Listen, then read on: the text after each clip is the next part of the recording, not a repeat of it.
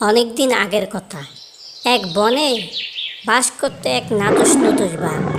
সেই বাঘটি প্রতিদিন বড় বড় হরিণ শিকার করে এনে গুহার সামনে বসে বসে খেত। প্রতিদিনের মতো আজও বাঘ একটি হরিণ শিকার করে গুহার সামনে বসে বসে খাচ্ছে। আর সেই সময় একটি শিয়াল সেই জায়গা দিয়ে যাচ্ছিল।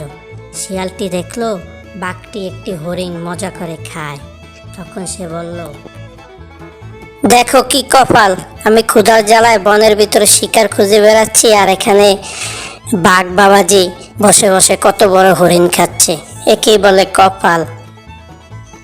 আরে আমারে যদি একটু দিত তাহলে আমি খেয়ে আমার ক্ষুধার জ্বালাটা একটু মিটাতাম। আমার পেটটা জ্বলে যাচ্ছে। না, আমি তো সামনে যেতে পারবো না, তাহলে তো বাঘটা আমাকেই চিবিয়ে খাবে। যাক, আর কি করার, এখানে দাঁড়িয়ে দাঁড়িয়ে দেখি আর জিভের জল ফেলি। অনেকটা হরিণ খাওয়ার পর বাঘ বলল, আরে খাবারটা আজকে অনেক মজা হয়েছে। অনেকক্ষণ আমি খেতেছি, খেতে খেতে আমি অনেক ক্লান্ত হয়ে গেলাম, কিন্তু আমার ক্ষুধাই মিটছে না। কিন্তু এখন দেখছি আমি অনেক পিপাসা পেয়েছি।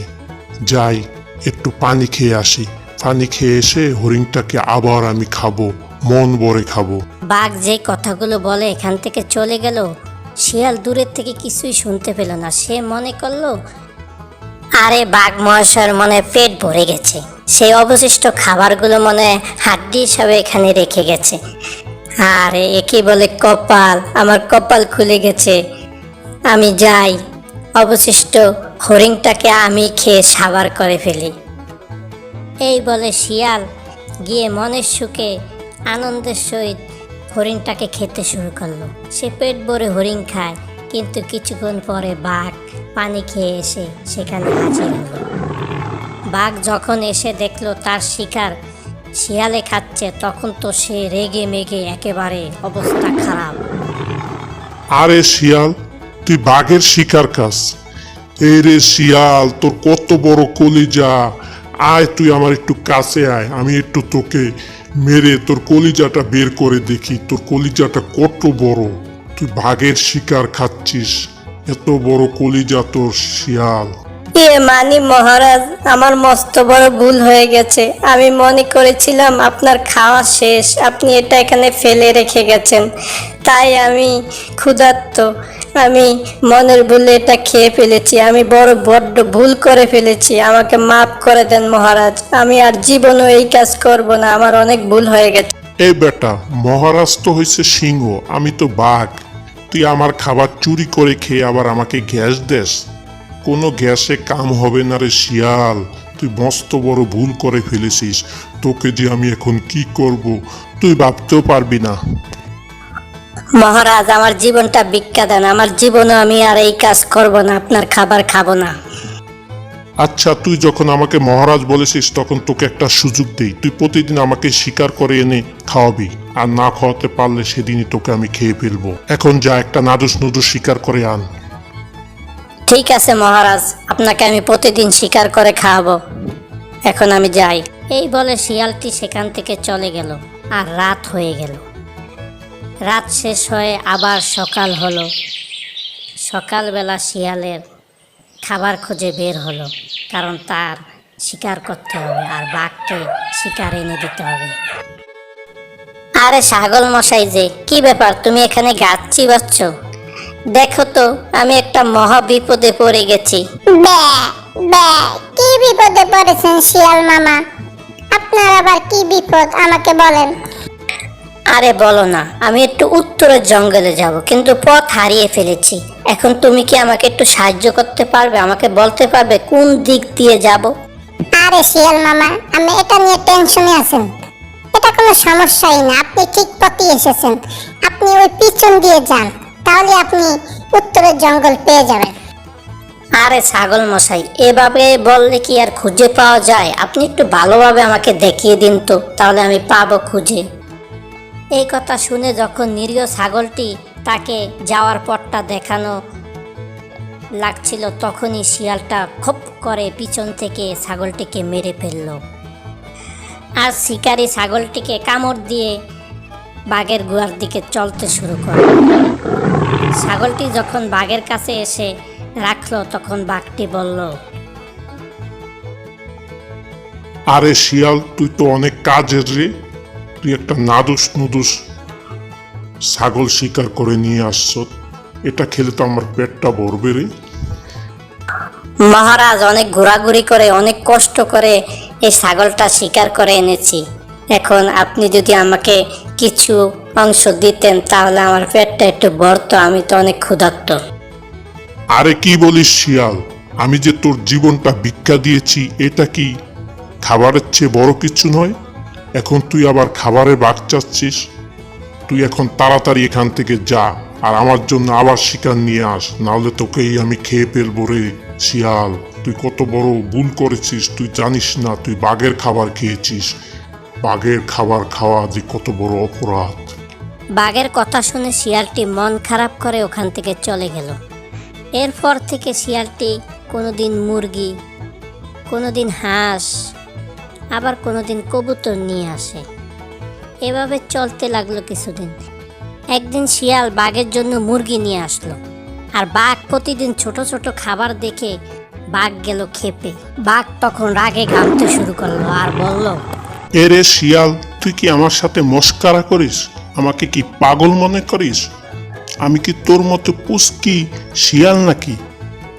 আমার পেটটা বড়, তুই আমাকে কি খাবার এনে দিস? প্রতিদিন ছোট ছোট খাবার নিয়ে আসিস, এগুলো কি আমার পেট ভরে? আমার পেটটা ক্ষুধায় জ্বলে যাচ্ছে। না, আজকে মনে হয় তোর শেষ দিন, আজকে তোকেই খেয়ে ফেলবো। মহারাজ, আমার মস্ত বড় ভুল হয়ে গেছে, আমাকে দয়া করে মারবেন না, আমাকে একটা শেষ সুযোগ দেন। এখন আমি আপনার জন্য বড় বড় খাবার নিয়ে আসবো, দয়া করে আমাকে মারবেন না মহারাজ। তোকে আর কত সুযোগ দেব রে শিয়াল? দয়া করে আমাকে এই শেষ সুযোগটা দেন। আচ্ছা যা, তুই যখন কান্নাকাটি করছিস, লাস্ট তোকে একটা সুযোগ দিলাম, এটা কিন্তু তোর লাস্ট সুযোগ। কালকে যদি তুই আমার জন্য বড় খাবার নিয়ে আসতে না পারিস, তাহলে তোকেই আমি খেয়ে ফেলবো, মনে রাখিস শিয়াল। বাঘের এই কথাগুলো শুনে শিয়াল মন খারাপ করে বাঘের গুহা থেকে ফিরে আসলো। সন্ধ্যা গনিয়ে রাত্র হলো, রাত্রের পরে সকাল হলো। শিয়াল মনে দুশ্চিন্তা নিয়ে বনের ভিতরে ঘুরে বেড়াচ্ছে, কোথায় পাবে বড় খাবার, আর মনে মনে ভাবছে, আরে বেটা হিংস্র বাঘ, আমি কি তোর মতো বড় শিকার করতে পারি? তাহলে কি তোর খাবার চুরি করে খাই? তুই আমাকে মহা বিপদে ফেলে দিলি। এখন আমি তোর জন্য কোথায় বড় খাবার পাবো? কোথায় পাবো? আমি তো নিজেই ক্ষুধার জ্বালায় অতিষ্ঠ। শিয়াল মনের কষ্ট নিয়ে সামনের দিকে এগোচ্ছে। কিছু দূর যাওয়ার পরে শিয়াল দেখলো একটি মস্ত বড় হাতি মরে পড়ে আছে। শিয়াল দূর থেকে হাতিটির দিকে তাকিয়ে ভাবতে লাগলো। কিছুক্ষণ ভাবার পরে তার মাথার ভিতরে একটা বুদ্ধি চলে আসলো। সে ভাবলো, আমার মনে হয় কপাল খুলে গেছে। তখন সে আবার উল্টো দিকে হাঁটা শুরু করলো এবং বাঘের গুহার দিকে চলল। সে বাঘের গুহার কাছে পৌঁছে গেল। বাঘ তাকে খালি আসতে দেখে সে তো রাগে একেবারে ক্ষিপ্ত হয়ে গেল। তখন বাঘটি রাগে গর্জন করতে করতে শিয়ালকে বলল, এই রে শিয়াল, তোর তো মনে হয় জানের মায়া নাই রে শিয়াল। তুই আজকে একেবারে খালি হাতে চলে আসলি, আমার জন্য কোনো খাবার আনলি না। এখন যে তোর কি হবে রে শিয়াল? তোকে আর আজকে কে বাঁচাবে শিয়াল? তোকে তো এখন আমি দৌড়ে একেবারে গাড় মটকিয়ে খাবো। আরে রাখেন, আপনি শুধু আমাকে খাওয়ার ধান্দা। আপনাকে ছোট খাবার খাওয়ানোর ভুল হয়েছে। আপনার ছোট খাবার খেতে খেতে মনটা ছোট হয়ে গেছে। আরে আমার সাথে চলেন, আপনি কত বড় খাবার খেতে পারেন, আপনার জন্য অনেক বড় খাবার রেখেছি, আপনি আমার সাথে চলেন। কি বলিস? তোর সাথে যাবো মানে? কোথায় যাব তোর সাথে? আরে আপনি চলেন আমার সাথে। আপনি কি আমার সাথে যেতে ভয় পান? আপনি সেখানে গেলেই দেখবেন আপনার জন্য কত বড় শিকার করে রেখেছি। আপনি আজকে সব খেতে হবে, না খেলে হবে না। আপনার পেট ভরে আজকে আমার শিকার খেতে হবে। কথাগুলো শুনে বাঘ শিয়ালের সাথে যেতে রাজি হয়। তারা দুজনেই হাঁটতে শুরু করলো বনের দিকে। বাঘ যখন বনের ভিতরে চলে আসলো, তখন দূর থেকে সে হাতিটি দেখে থমকে দাঁড়ালো। সে ভাবলো, ওরে বাবারে, এত বড় শিকার। বাঘ বলল, এ তো দেখছি মস্ত বড় এক হাতি। এই মস্ত বড় হাতিকে এই পুচকি শিয়াল শিকার করলো। এই পুচকি শিয়াল যদি এত বড় মস্ত বড় হাতিকে শিকার করে তাহলে সে কেমন শিকারী। আচ্ছা শিয়াল ভাই, আপনি এই মস্ত বড় হাতি শিকার করেছেন? আপনি নিজে করেছেন? আরে হ্যাঁ রে বাঘ, আমি হচ্ছি আধ্যাত্মিক ক্ষমতার অধিকারী। আমি এমন বড় বড় বাঘ, হাতি, ঘোড়া সব শিকার করতে পারি। এই কথা শুনে বোকা বাঘ বিশ্বাস করে ফেলল। শোন বাঘ, আমার একটি চাকরের প্রয়োজন। আমি সেদিন তোর গুহার পাশ দিয়ে যাওয়ার সময় তোকে দেখে আমার পছন্দ হয়েছিল, তাই আমি তোকে যাচাই বাছাই করে এতদিন দেখছিলাম। এখন তুই বল, তুই কি আমার চাকর হতে পারবি? তাহলে তোকে আমি আমার চাকর বানাবো। আমার একটা চাকর প্রয়োজন। তোকে আমার খুব পছন্দ হয়েছে। তুই মুখ অন্ধকার করে কি ভাবছিস? তুই রাজি থাকলে বল, তোর পিছনে এমনিতেই আমি অনেক সময় ব্যয় করে ফেলেছি। এখন তুই বল, না হলে আমি অন্য ব্যবস্থা করব। বুঝছিস বাঘ? শিয়ালের কড়া কড়া কথা শুনে বোকা বাঘ আরো বোকা হয়ে গেল।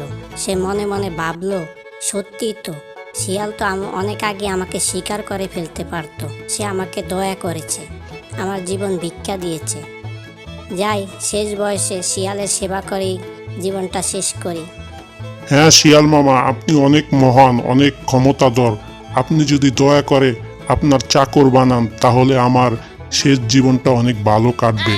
আপনি দয়া করে আপনার চাকর বানিয়ে নিন, তাহলে আমি অনেক ভালো থাকব, অনেক সুখে থাকব। দয়া করে আপনি আমাকে এই সুযোগটা দেন, আমাকে মারবেন না। শিয়াল মুচকি এসে মনে মনে বলল, কাজ হয়ে গেছে।